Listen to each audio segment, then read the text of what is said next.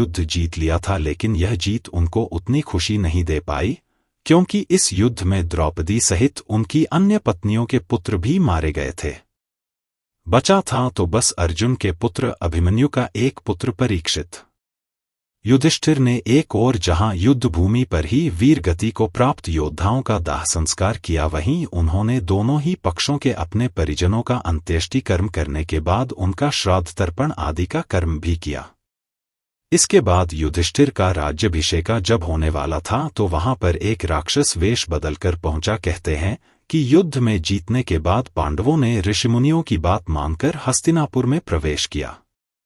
जिस समय युधिष्ठिर का राज्याभिषेक हो रहा था, उसी समय चार्वाक नाम का एक राक्षस ब्राह्मण के वेश में आया और युधिष्ठिर से कहने लगा कि तुमने अपने बंधु बांधवों की हत्या कर यह राज्य प्राप्त किया, इसलिए तुम पापी हो।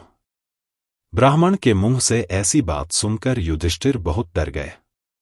ये देखकर दूसरे ब्राह्मणों ने युधिष्ठिर से कहा कि हम तो आपको आशीर्वाद देने आए हैं, यह ब्राह्मण हमारे साथ नहीं है। महात्माओं ने अपनी दिव्य दृष्टि से उस ब्राह्मण का रूप धरे राक्षस को पहचान लिया और कहा कि यह तो दुर्योधन का मित्र राक्षस चार्वाक है। ये यहां पर शुभ कार्य में बाधा डालने के उद्देश्य से आया है। इतना कहकर उन महात्माओं ने अपनी दिव्य दृष्टि से उस राक्षस को भस्म कर दिया। यह देख युधिष्ठिर ने उन सभी महात्माओं की पूजा कर उन्हें प्रसन्न किया। इसके बाद ऋषिमुनियों की उपस्थिति में युधिष्ठिर का राज्याभिषेक विधि विधान से हुआ।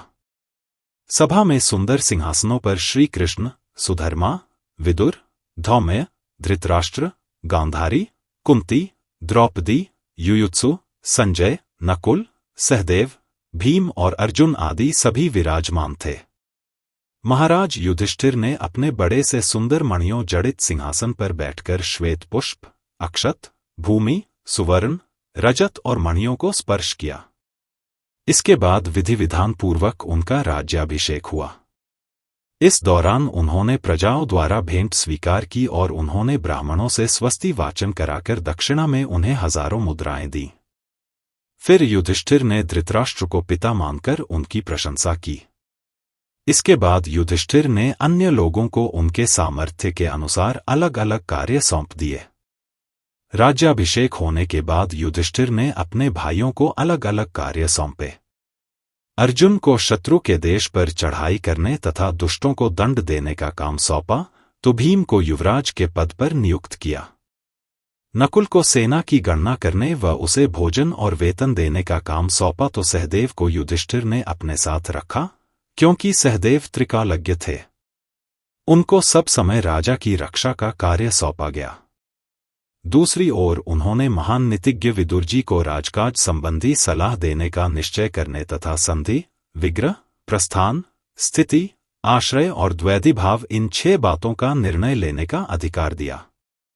क्या कार्य करना एवं क्या नहीं करना है, इसका विचार और आयव्यय का निश्चय करने का कार्य उन्होंने संजय को सौंपा। ब्राह्मण और देवताओं के काम तथा पुरोहिती के दूसरे कामों पर महर्षि धौम्य को नियुक्त किया गया।